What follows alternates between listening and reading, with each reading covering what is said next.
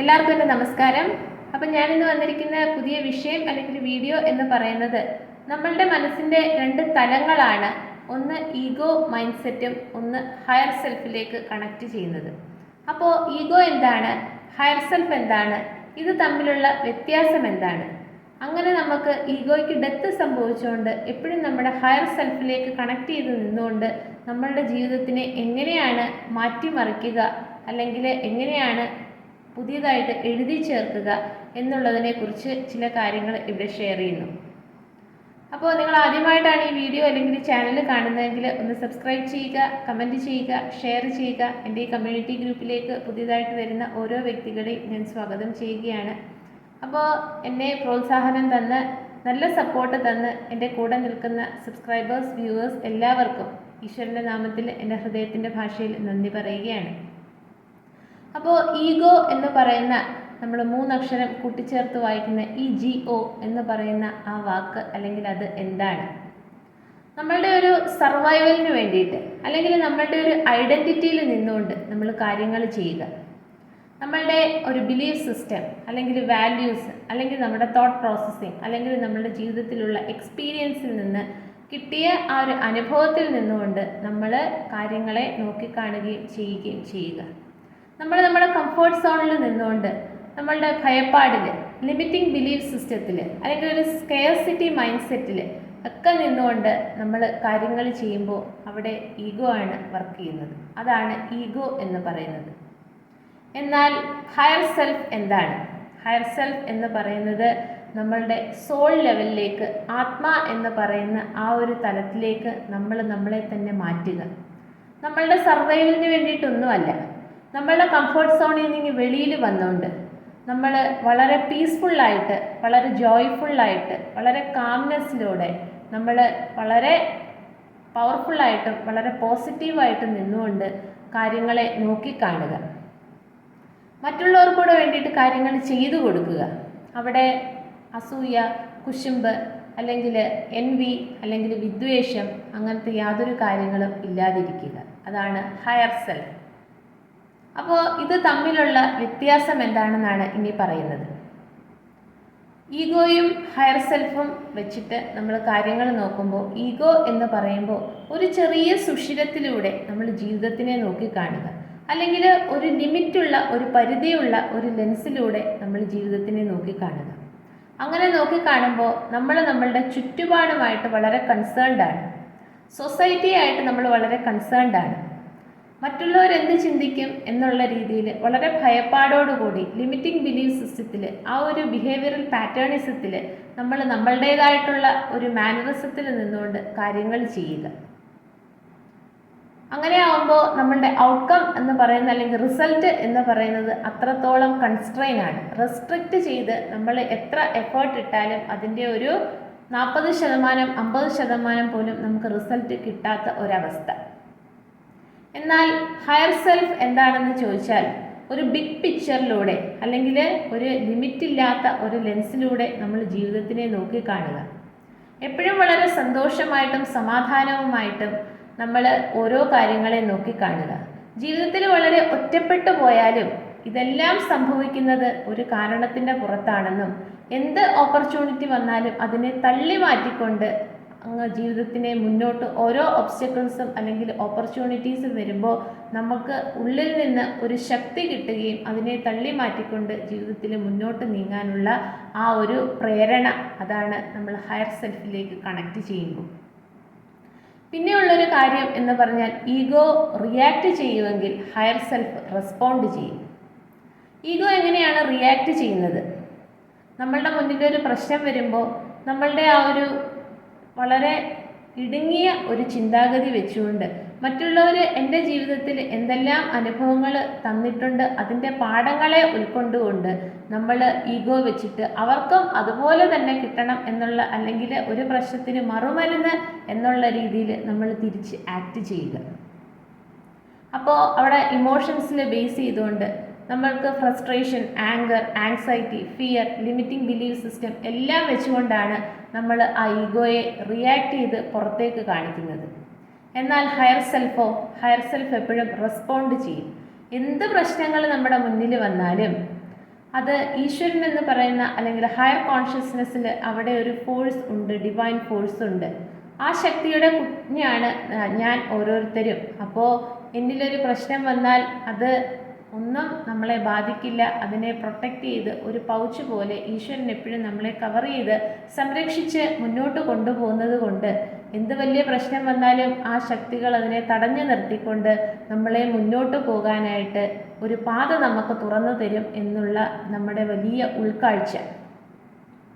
അങ്ങനെ നമ്മളും അത് പ്രയത്നിക്കുകയും മറ്റുള്ളവർക്കും ഈ കാര്യങ്ങൾ പറഞ്ഞു കൊടുക്കുകയും ആ അൺകണ്ടീഷണൽ ലവ് എന്ന് പറയുന്ന ഈശ്വരൻ നമ്മളിലേക്ക് ഒഴുകുന്ന ചൈതന്യത്തിനെ നമ്മൾ പുറത്തേക്ക് മറ്റുള്ളവർക്ക് സമൂഹത്തിന് വേണ്ടിയിട്ട് നമ്മൾ ഒഴുക്കാനുള്ള അല്ലെങ്കിൽ പറഞ്ഞു കൊടുക്കാനുള്ള ആ വെളിച്ചം പകരാനുള്ള നമ്മളുടെ മനസ്സിൻ്റെ ആ ഒരു തുറന്ന ചിന്താഗതി.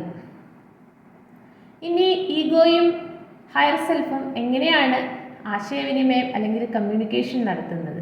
ഈഗോ മൈൻഡ് സെറ്റിൽ നമ്മളൊരു കാര്യം ചെയ്യുമ്പോൾ അത് ഇമോഷൻസിൻ്റെ ബേസിൽ, ഡ്രമാറ്റിക് വോയിസിൻ്റെ ബേസിൽ, അല്ലെങ്കിൽ അതൊരു വലിയ പ്രശ്നമായിട്ട് ക്രിയേറ്റ് ചെയ്തുകൊണ്ട് എന്നാലും ആ പ്രശ്നം അതിനെ നമ്മൾ സോൾവ് ചെയ്യാനായിട്ട് ഇറങ്ങിത്തിരിക്കുമ്പോൾ മറ്റുള്ളവരെന്ത് ചിന്തിക്കും, മറ്റുള്ളവരെന്ത് കരുതും, സമൂഹം എങ്ങനെ വിലയിരുത്തും, എൻ്റെ വീട്ടിലുള്ള മറ്റ് അംഗങ്ങൾ അതെങ്ങനെ അതിനെ ഉൾക്കൊള്ളും എന്നൊക്കെയുള്ള പല പല ചിന്താഗതിയിൽ നിന്നുകൊണ്ട് നമ്മളൊരു ഒരു കൂടിനുള്ളിൽ ഇരുന്നു കൊണ്ട് നമ്മൾ കാര്യങ്ങൾ ചെയ്യുന്നത് പോലെ ഈഗോ മൈൻഡ് സെറ്റിൽ നമ്മൾ അത് ചെയ്യുകയും ആ ഒരു കമ്മ്യൂണിക്കേഷൻ അല്ലെങ്കിൽ അതിൻ്റെ ഒരു റിസൾട്ട് പുറത്തേക്ക് വരും.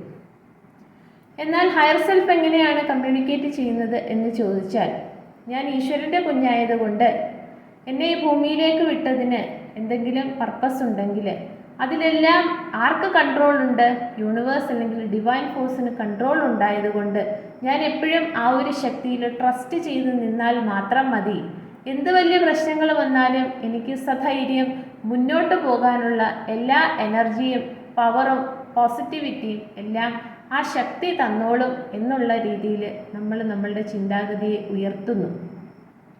ആരെത്ര ചലഞ്ച് ചെയ്യാൻ വന്നാലും, ആര് എന്തെല്ലാം നമ്മളുടെ അടുത്ത് പറഞ്ഞാലും, നമ്മളെ താഴേക്ക് പിടിച്ച് വലിക്കാൻ ശ്രമിച്ചാലും നമ്മളതൊന്നും മൈൻഡ് ചെയ്യാതെ നമ്മൾ ആ ഒരു വെളിച്ചത്തിനെ പിന്തുടർന്നുകൊണ്ട് മുന്നോട്ട് പോകുന്ന രീതിയിൽ നമ്മളുടെ ഹയർ സെൽഫ് ആ പ്രശ്നത്തിനെ കമ്മ്യൂണിക്കേറ്റ് ചെയ്ത് പുറത്തേക്ക് കാണിക്കും. പിന്നെയുള്ളൊരു കാര്യം എന്ന് പറഞ്ഞാൽ, ഈഗോ മൈൻഡ് സെറ്റിൽ നമ്മൾ കാര്യങ്ങൾ ചെയ്യുമ്പോൾ നമ്മൾ ഔട്ടർ വേൾഡിലേക്കാണ് അത് ഫോക്കസ് ചെയ്യുന്നത്. ഞാൻ എൻ്റെ പ്രശ്നം അത് വലിയ പ്രശ്നമാക്കിക്കൊണ്ട് അത് വീട്ടിൻ്റെ മറ്റംഗങ്ങളെ കൂടെ അത് ബാധിക്കുക, അല്ലെങ്കിൽ അത് പുറത്തേക്ക് പോവുക. അങ്ങനെയാകുമ്പോൾ നമ്മുടെ സൊസൈറ്റി അല്ലെങ്കിൽ നമ്മുടെ എക്സ്റ്റേണൽ എൻവയോൺമെൻറ്റ് അല്ലെങ്കിൽ പുറത്ത് നിൽക്കുന്ന വ്യക്തികൾ എങ്ങനെയാണ് ഇതിനെ ഉൾക്കൊള്ളുക? നമ്മളുടെ 3D ഫിസിക്കൽ വേൾഡുമായിട്ട് ഇതിന് വളരെ അറ്റാച്ച്ഡ് ആക്കുക. അങ്ങനെ നമുക്ക് കിട്ടാത്ത കാര്യത്തിന് നമ്മൾ കംപ്ലൈൻറ്റ് അല്ലെങ്കിൽ ബാർഗെയിൻ ചെയ്യുക, അല്ലെങ്കിൽ ക്വസ്റ്റ്യനബിൾ ആവുക, അല്ലെങ്കിൽ ജഡ്ജ്മെൻ്റലാവുക. എനിക്ക് മാത്രമേ എങ്ങനെയുള്ളൂ, ബാക്കി എല്ലാവർക്കും എല്ലാം ഉണ്ടല്ലോ എന്ന് കരുതി നമ്മളെ തന്നെ പഴിക്കുക. അതിൻ്റെയും ഗ്രേഡ് കൂടി വരുമ്പോൾ അവസാനം നമുക്ക് നമ്മളുടെ ഈ ജീവൻ തന്നെ നഷ്ടമാക്കുന്ന ആ ഒരു രീതിയിലേക്കൊക്കെ നമ്മളുടെ ഈഗോ മൈൻഡ് സെറ്റ് പോകുമ്പോൾ നമ്മുടെ ഹയർ സെൽഫ് എന്ന് പറയുന്ന ആ ഒരു സോൾ ലെവലിലേക്കുള്ള ചിന്താഗതിയിലേക്ക് നമ്മൾ മാറുമ്പോൾ, ഹൈ വൈബ്രേഷൻ എനർജിയിലേക്ക് മാറുന്ന സമയത്ത് നമ്മളുടെ മുന്നിൽ എന്ത് പ്രശ്നം വന്നാലും, ഒരു പ്രശ്നമല്ല എന്ത് പ്രശ്നം വന്നാലും നമ്മൾ എക്സ്റ്റേണൽ എൻവയോൺമെൻറ്റിനെ നോക്കില്ല, സൊസൈറ്റിയെ നോക്കില്ല, തൊട്ടടുത്ത് നിൽക്കുന്ന ആളുകൾ എന്തൊക്കെ രീതിയിൽ ചിന്തിക്കും എന്നൊന്നും നമ്മൾ നോക്കില്ല. അതുകൊണ്ട് തന്നെ അതിൻ്റെ ഔട്ട്കം എങ്ങനെയായിരിക്കുമെന്ന് നമുക്ക് തന്നെ ഒരു വിലയിരുത്തലുണ്ട്. എങ്ങനെയായിരിക്കും? ഈശ്വരൻ്റെ കണക്ക് പുസ്തകത്തിൽ അല്ലെങ്കിൽ ഈശ്വരൻ്റെ കോടതിയിലെ നിർണായകമായിട്ട് ഉള്ള ഒരു വിധിയായിരിക്കും അവിടെ അതിൽ പ്രസ്താവിക്കുക എന്നുള്ള പൂർണ്ണ വിശ്വാസം. അതുകൊണ്ട് തന്നെ ഹയർ സെൽഫിൽ കണക്ട് ചെയ്ത് നിൽക്കുന്ന ഒരു വ്യക്തികളും ഒന്നിനും പരാതി പറയില്ല, ജഡ്ജിമെൻറ്റിലാവില്ല, ഓവർ ഇമോഷണൽ ആവില്ല, പിന്നെ ഓവർ തിങ്കിങ് വരുത്തില്ല, അല്ലെങ്കിൽ അങ്ങനത്തെ യാതൊരു കാര്യങ്ങളും ഇല്ലാതെ എപ്പോഴും വളരെ ബാലൻസ്ഡ് ആയിട്ട്, വളരെ ഗ്രൗണ്ടഡ് ആയിട്ട്, വളരെ കൂളായിട്ട്, കാമായിട്ട് നിൽക്കാനായിട്ട് അവർക്ക് സാധിക്കും. അപ്പോൾ ഇതാണ് ഈഗോ അല്ലെങ്കിൽ ഹയർ സെൽഫ് എന്ന് പറയുന്ന ഈ രണ്ട് മൈൻഡ് സെറ്റിന് ഉള്ള ആ ഒരു വ്യത്യാസം നമ്മളുടെ ജീവിതത്തിനെ അല്ലെങ്കിൽ നമ്മളുടെ പുറത്തേക്ക് നമ്മൾ നോക്കിക്കാണുന്നത്. അതൊരു കൊച്ചു കുഞ്ഞ് ജനിച്ചു വീഴുന്ന കാലം മുതൽ അവൻ്റെ ഉള്ളിൽ എന്തെല്ലാം അനുഭവങ്ങൾ മറ്റുള്ളവർ പ്രൊജക്റ്റ് ചെയ്യുന്നതും പറഞ്ഞു കൊടുക്കുന്നതും അവൻ അനുഭവിക്കുന്നതും അതിൽ നിന്ന് അവൻ ഉരുത്തിരിഞ്ഞെടുക്കുന്ന പാഠങ്ങളും എല്ലാം ഈ ഈഗോയിൽ ആ ഒരു രീതിയിൽ നമ്മളെല്ലാ കാര്യങ്ങളും ക്രിയേറ്റ് ചെയ്യുമ്പോൾ അതിൻ്റെ റിയാലിറ്റിയിൽ നമ്മൾ എത്ര കൊടുത്താലും അതിൻ്റെ ഒരു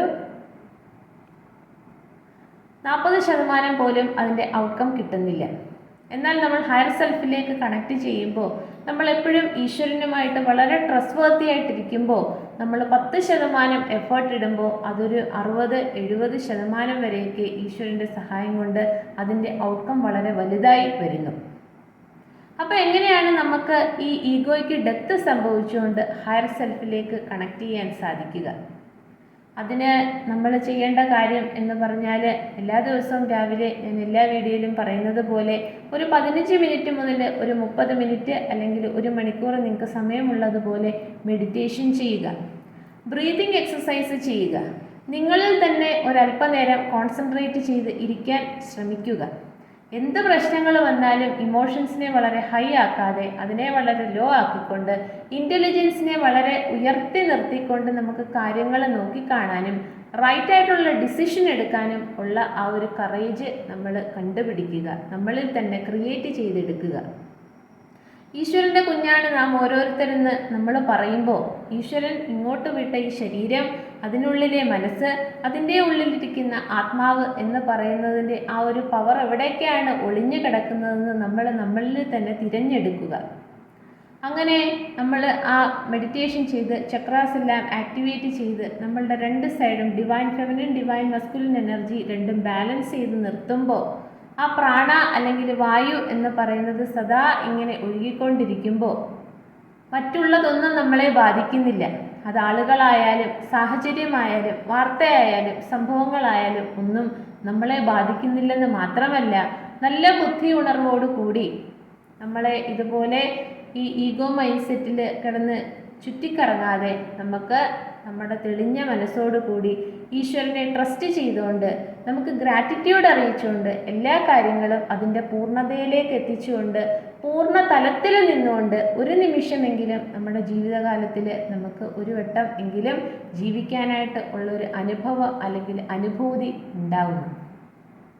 അതിന് നമുക്ക് മെഡിറ്റേഷൻ ചെയ്യാം, ജേർണലിങ് ചെയ്യാം, അല്ലെങ്കിൽ വിളക്ക് കത്തിച്ച് ഈശ്വരനോട് തന്നെ നമ്മളുടെ കാര്യങ്ങളെല്ലാം പറയാം. അങ്ങനെ നമ്മളുടെ ഹയർ സെൽഫിലേക്ക് കണക്റ്റ് ചെയ്യാം. അപ്പോൾ ഈ അറിവ് മറ്റുള്ളവർക്ക് കൂടി ഒന്ന് പറഞ്ഞു കൊടുക്കുക, പകർന്നു കൊടുക്കുക. കൂടുതൽ ആൾക്കാർ എൻ്റെ ചാനലൊന്ന് സബ്സ്ക്രൈബ് ചെയ്യുക, കമൻറ്റ് ചെയ്യുക, നല്ല സപ്പോർട്ടും പ്രോത്സാഹനവും തരിക. കൊച്ചു കുഞ്ഞുങ്ങൾക്ക് നിങ്ങൾ ഈ ഈഗോയുടെ കാര്യം അല്ലെങ്കിൽ ഈഗോ ഡെത്ത് സംഭവിച്ച് അവർക്ക് നല്ല തെളിഞ്ഞ മനസ്സോടുകൂടി നല്ല സ്വഭാവത്തോടു കൂടി എന്ത് പ്രശ്നം വന്നാലും തരണം ചെയ്യാനുള്ള ആ ഒരു പവർ കിട്ടാൻ വേണ്ടിയിട്ട് ആ ഒരു കാര്യങ്ങളൊക്കെ പറഞ്ഞു കൊടുത്ത് മനസ്സിലാക്കുക. അപ്പോൾ എല്ലാവർക്കും ഒരിക്കൽ കൂടി നന്ദി.